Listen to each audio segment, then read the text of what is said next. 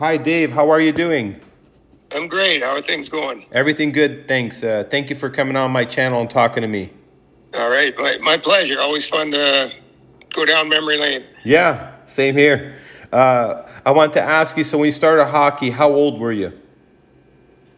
Well, I think my parents had mentioned I started skating pretty young at maybe 2.5 or 3 years old. Hmm. And, growing up in a small town, the arena was, the availability was always there. And we knew the local manager, and the rink was always open for kids to skate. And I think the benefits of growing up in a small town. Yeah, and what part of Canada did you grow up in? A small town called Seaforth, Ontario, Hmm. maybe 2 hours west of Toronto. Okay, it's so you were. Did you ever go to Toronto to watch the Leafs play as a kid? You know what? I went to a few games. Dad seemed to find some tickets here and there, maybe once a year, when I got a little older, and kind of appreciated the game and getting there and watching it. And yeah, some really fond memories of that. Hmm. When you played Bantam and midget hockey, how much did hockey cost? I'm kind of curious for today's standards. Well, where we were playing, I want to say it was maybe $125 a year, and I think they put it up to 150, and that seemed like a crazy number. But that's back in the 70s and 80s. So Hmm. yeah, obviously things have changed dramatically in cost, and Yeah. we didn't have a big travel schedule, so that part wasn't a factor. Where I look at some of the kids, and my nephews went through the AAA programs here in Ontario, and it is a big expense for parents. Yeah, it's gone up crazy numbers. Yeah, and then now equipment on top of that's it's a whole Yeah, nother level.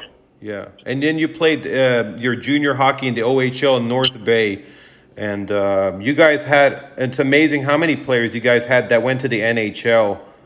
Yeah, we were fortunate enough. I came out of a small town. Because of our population, we actually had a junior D team. So Hmm. I played on that for when I was 14 and 15, or maybe 15, 16, then went to Kitchener for a year and ended up in North Bay after I got traded up there. And looking at our last team in North Bay, we did have a lot of guys that moved on to the NHL. We went to the finals that year and lost in Game 7 to go to the Memorial Cup. And yeah, a lot of Yeah. great memories. The last game was tough, but we look back on it now, and it was a really great team. Yeah. Did all those players that made it know that they're going to make it to the NHL, including yourself at that time?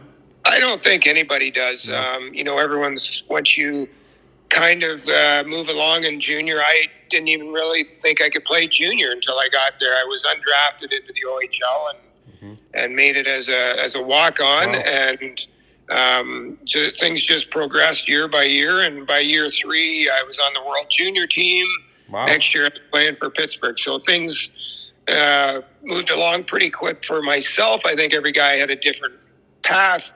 Guys in the city, they're maybe they're expected or drafted, and a lot more pressure on those guys Hmm. to once they get to the OHL is they got to make it. And I Yeah. was just kind of going along, and year by year developed, and there wasn't the pressure. And as I said, and being a ninth rounder to Pittsburgh, there wasn't a lot of pressure on me either. So Yeah. in that sense, I think it probably was a benefit to me. Yeah. No pressure is key. A lot of guys Yeah. don't make it because of pressure. Well, for sure. I remember going, and there was first, second rounders that had a decent junior career, but never really panned out, or Mhm. first, second, and third round guys in the NHL that don't even play a game. So I Yeah. think those stories are out there a lot, and then there's other guys that come out of nowhere and have a pretty successful NHL career. Yeah. How many years did you play in the NHL? Well, I would say it was parts of 10 seasons. Okay. Last year, I was mainly in the minors, and then at 30, I decided to go to Europe. Oh, okay. And did your style of game change when you went from junior to the NHL, or did you keep that same style of game that you had? Well, I think, I had to change. I was ended up second in the league in scoring in the OHL, and then Wow.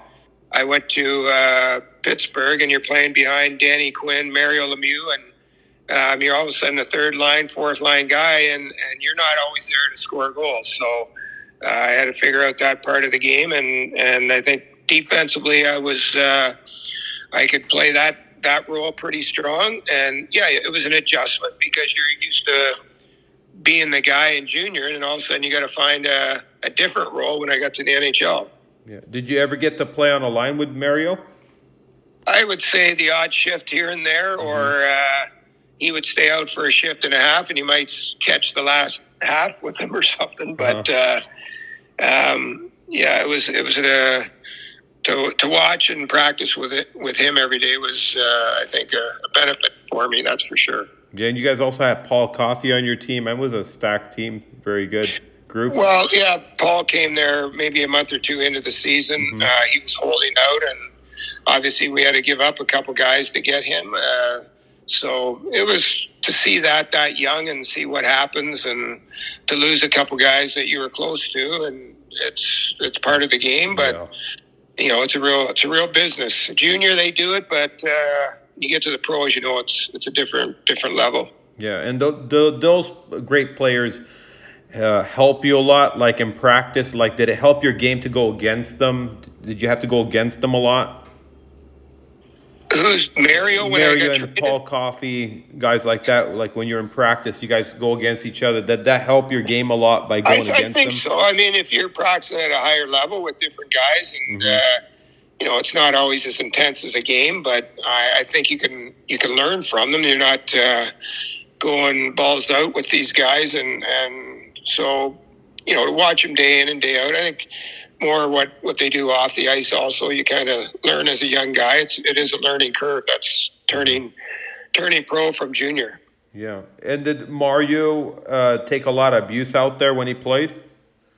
Oh, of course. But there's back in those days, there was guys that would deal with that situation. If guys took runs at Mario, or as you mentioned, Wayne Gretzky, there was 3 or 4 guys there that would step up because they were there to protect them. They knew their jobs. That's a little different than today, because I don't think there is a lot of guys that they will step up, but I don't think they're as intimidating as some of those guys back in the 80s. Yeah. Who was the toughest opponent that you had to face over the years?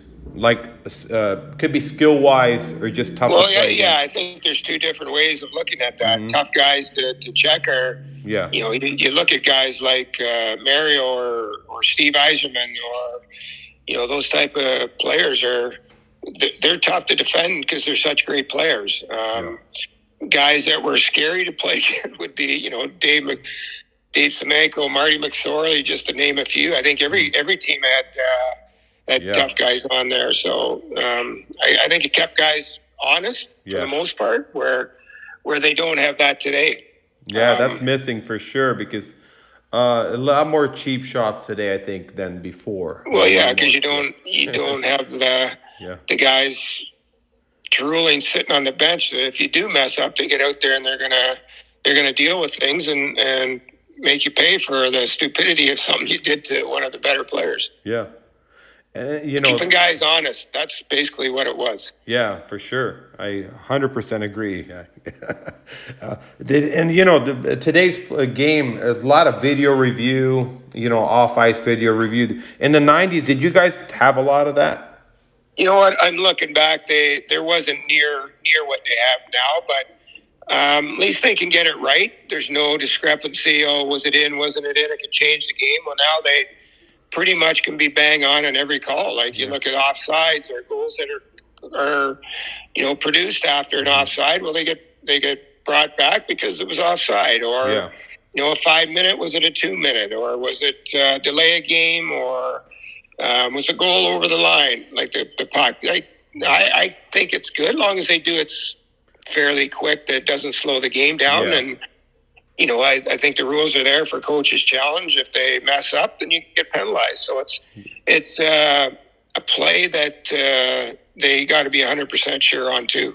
Yeah, I mean, also a video review with your team. Like before a game, does the team sit down and do video reviews back then as much as they do now? And say between periods, did they ever like take you into the room and show you any? Like, did that ever happen back in the day? No, for sure it You would be, guys but had that? it was a VHS or something that was Uh huh. totally different Yeah. to run. I think it's much better now that well, you see the guys can see stuff right instantly Yeah. on the bench Yeah. with iPads. Yes. When we played, yeah, they would bring you into the room if the power play wasn't working right, or Mm-hmm. maybe correct something on the penalty kill, or of course there was team meetings before to go over the teams that you were playing to be prepared. I don't think that part has changed, but I'm not a big fan of watching guys, with iPads on the bench. It's kind of carried away, but do it in the intermission if you're in the bench or in the dressing room. Check it then. See what. It's not going to change anything. So No. Maybe if they that's my explain it opinion. right, But if they can explain it right, then they won't need the iPad, I think. right. Or they watch a play. Why didn't I score? Or why didn't this? There's no play that's going to be the exact same that you're going to do that exact same play, right? So it's a game that happens so quick, and you have seconds to make decisions, and there'll never be another play. Yeah, you might see how a goalie makes a save or a weakness, or if you try to go high, is that taken away, or you try to go low, or those things I think you could check on and redo. Yeah. And in today's hockey, who are you impressed with most? Well, I've played a long time, so I'm impressed with the older guys. Mm-hmm. Just the longevity, and it's hard to stay in the league. And different guys that have stayed and played that long and performed at high levels for the consistency, I think it is. And I'm not saying I'm not impressed with some of the young guys, because they are very skilled. And you kind of go off the consistency guys have, and I enjoy the game now. I watch a lot of games, so Mm-hmm. I'm a fan, I guess, now to say the least, to watch the players, and it is a different game, that's for sure. Yeah, it changed a lot. Yeah. Yeah. Did you have any great moments that you recall in juniors or in the NHL? Yeah, Any great I think goals? there's a lot. There's a few in junior memories. We had great games, few goals. I remember I had a 5-point night in junior once, and Wow. your first NHL goal, or championships in the minors, and then some pretty good runs in the NHL. We never made the finals, but there's different moments. It would be hard to say one exactly. I guess maybe your first NHL goal. I think everybody remembers that. So Yeah, those are great. that's my last pro game. I remember very fondly. I was in Europe, but certain things stick in your mind. Where did you play in Europe? First year I went to Landshut, Germany. The next two I was in Bern, Switzerland, and then finished 9 years in Cologne, Germany, which is in the DL, the top league in Germany. Yeah. Did you have trouble with the ice surface when you got there? How many games did it take you to get used to the Olympic Not surface? really. I was more of a skater. I'm not a fan of the big rink. I prefer the North American style of games. Just how quick things can happen and change. And I think with the bigger rinks, teams, it's harder to defend. So people just sit back. They don't forecheck, or Yeah. they're not as aggressive, I guess you could say, because mistakes can be made, right? So you got to be a little more patient when doing those things. Yeah, it's a different game completely with even the angles for the goalies. Well, exactly. I always tell, you could beat a guy out of a corner in North America and you have a good shot on net, where there you beat a guy out, it's another 4 feet to get in a good scoring position. So, and someone can recover and check you. Yeah, you can see the point stats compared to North American hockey and European. It's always like a point a game average in Europe, because of they don't get as many shots on goal as NHL or junior hockey, and that's what I notice is the points differential in points. you know. Yeah, that definitely makes sense for sure. Yeah. Did you have any superstitions, or did you know any teammates that had any like crazy superstitions over the years? I think everybody had their own different superstitions. It just bothered me when some guys, if it didn't go right, some guys would get totally upset that it messed up their routine, but it really had no effect on the game. I think mine, I was just always put whatever was on my left side went on first. Left skate, right skate, left shin pad, right shin pad. It's just, I don't know if that was habit or. You know, I heard that one the most out of everybody. I think you just because you do it every day Yeah. for 40 years that it just becomes routine. I mean, some might tape your sticks. You might have a routine in the morning skate or in warm up, or you see guys they all have something to do. Yeah. And my channel's a lot about hockey sticks, bringing back hockey history with hockey sticks. What kind of hockey sticks did you use, and what were your favorites? I'd say junior, I was always a Titan, which is Coho. The wooden sticks. I made a couple switches, maybe got into Louisville. Just Sherwood, I think I tried them all. I was kind of very picky with that type of stuff. And, the technology has totally changed with the graphite sticks now. And I think sometimes I look and I still play a lot, so I almost feel like you can shoot harder now than you could then. Yeah, puck feels Obviously. not the same. The puck feels a little different, feeling the yeah, puck. But I've taken a guy's wood stick lately, and tried to shoot with it. It's just feels dead. yeah, it's completely different. And did you have a particular curve? Were you very picky about the curve you got, or because You're some guys talking are? to a very picky guy about my skates, sticks, and gloves. So I was, changed the game. It might feel a little long, cut a little bit off. Like people thought I was crazy that way, but with some games, everything you wonder why a stick feels great one game, and the next game it feels too short. So what? Yeah. Is it a mental thing, or like it's just? I was picky with curves or whatever it may be about my stick. Yeah. What about the skates? What were you picky about the skates? Just good fit. I wore CCM for a long time, and when you skate, every skate has a different pitch at the back which means the angle you skate. So to change skates was difficult. I did when I retired, and there wasn't the pressure. You could kind of play around with them and get used to them, but. That's why I think it's hard for guys to change to a different brand when they're playing. Nobody wants to mess with that part. Yeah. The skates have to feel like a shoe, It's like Exactly. A slipper is what we would say, right? So, and today's skates are all molded to your feet, and they're like a glorified ski boot, kind of. it's hard. I noticed that the kids can't bend their knees. Like when I'm working with the kids, and it's like a cast, and I say bend your knee, and they can't. It's so stiff. Yeah. They buy the most expensive skate. The prices are outrageous. Yeah. It all depends where you kind of grew up. I see a lot of guys don't tape their ankles or the tendon guards on the skates, where I do a little bit. But it's all about the flexion, and I just feel sturdier on my skates when I do tape a little bit. Yeah. And over the years, who was your favorite coach? Did you have any favorite coaches that you played for? Well, there was many that you had. Some were positive influences, and some were maybe not so positive. So, you have a wide range. I never got into coaching at the end, but I think you could have taken a little bit from everybody and possibly been a good coach, but I never went down that avenue.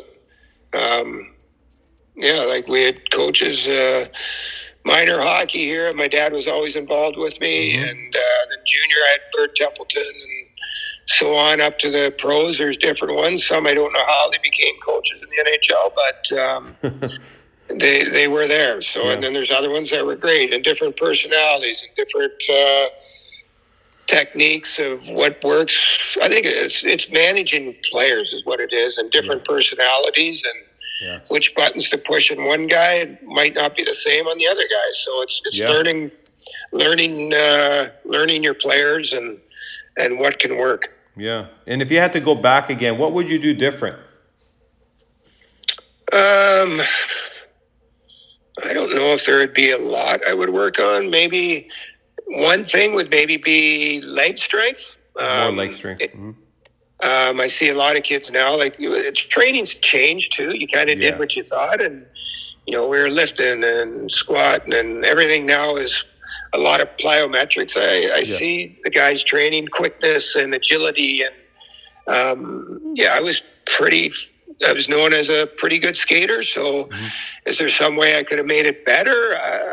Maybe. I don't know if it's leg strength or just different exercises. I always practiced the game, kept training. You always wonder, could you train any harder? I don't know. You never know. Am I doing enough? You want to make sure you're doing enough as the next guy. Yeah. And because you want to stay ahead of them. Well, this is what this guy's doing. This is what this guy does in the summer. And you come to camp, you want to give yourself the best opportunity to perform at your max. Yeah. And you kind of learn that as you go. As a younger player, you don't always know what it takes.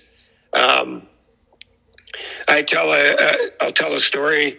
Sure. When I was younger, 20, I played with Coffee in Pittsburgh, and then that summer he invited me up to his cottage in northern Ontario, and we were out the night before, obviously having some fun, and I'm thinking, okay, we're up here, we're having holidays. All of a sudden, there's a bang at my door at 8:00, and he's like, "Let's go." So where are we going? He goes, "We got to work out." And I'm like, "Really? Seriously?" Like, you feel, and I'm like, okay, this guy's a couple-time Norris Trophy, Stanley Cup champion, first team All-Star, 50-goal scorer. So it's so that kind of opened my eyes to what it takes when you see a Hall of Fame guy or a top 5 player in the league, what he does, that I better pick it up. Yeah. Did he work on his skating in the summer? Like, he's the greatest skater I've ever seen. You know what? I don't think he did a lot. Really? Wow. Yeah, I mean, he was a natural skater. I know he trained, right? Yeah. So, back then, guys skated a little bit, but not a lot. I don't think the ice was available like it is now. Yeah. There's so much more time for guys in the summer, or ice available, or guys are always working on stuff. So that part has changed. Paul was just a natural skater, and he was a strong skater. Yeah. Talk about pickiest skater on the skates, I heard was him. He was. He was the one, in Pittsburgh, he says, "Oh, you got to go smaller skates." And I was like, okay, I tried a little smaller, and your feet hurt. And after about 4 or 5 years, I'm like, this just kills me. Like, and he was in so much pain walking to the ice, but then he got on the ice so he could skate. But you bang your toes every time. They were scrunched in his skates, and painful to watch him get his skates on and off. Oh, how many sizes down did he go? He was, I want to say, like maybe 2. I tried maybe even a half a size. I was like, okay, this isn't. I wear mine pretty tight, but his were ridiculous. I know he doesn't wear that now when he's playing for fun stuff. He's back to the normal size. And he can still skate good? He does. He doesn't skate as much. I see him the odd time at different alumni stuff. That's awesome. And if you were commissioner of the NHL, what rules would you add or change if you had to make any rule changes? Well, the one right now that I think everybody talks about, it bothers me too, is after a guy makes a good hit, that he's got to be ready to fight somebody. And to me, I think they have to give an aggressor to the guy that comes in over to fight, and it'll stop him from doing that. And we were always taught, if you get hit and your head's down, that's your fault. Yes. Like, that's the way the game was played. So somehow they got to change that, because it's craziness. Like, if a good hit, that's part of hockey. Yes. If it's a dirty hit, I totally get it. You come in and you help out, or you stick up for your teammate. But other than that, I think that's one, and I think they might possibly be looking at that as we speak. So Maybe that could be changed next year. I do like the game the way it is with reviews to keep guys honest, and the refs do the best they can, but it is a quick game, and sometimes things are missed. Yes. So I just think it's all right. This is the way it is. There's no wondering if it's like we talked about earlier. It's cut and dry, and the decision's made. Yeah, back in the day when we played, you never saw anybody turn their back. Nowadays, every game I see a guy turn his back and he gets hit, and then that's the part that I don't like. That they know they're going to get hit if you turn your back. Yeah, or it used to be you knew you were going to get hit. You brace yourself against the wall and kind of took the hit. Guys, now I think there's some questionable ones where a guy turns up and the guy's coming to hit him and he turns back in. Like those are the game's so fast that stuff does happen. But yeah, you don't like guys getting run from behind. I just think that's a very cheap shot or a cheap part of the game that you don't like to see. No, of course not. Yeah. My dad was saying like 20 years ago, the stop signs on the back of the jersey is going to ruin hockey in Canada because he felt like that's why they would turn their back. But all the years I played, I never ever saw anyone turn their back. Going into a corner along the boards. Now, just it's different. It's a different game. Because they're fearless because they don't. It's like no one's going to hit me or. Yeah, I don't know what the reasoning is for that.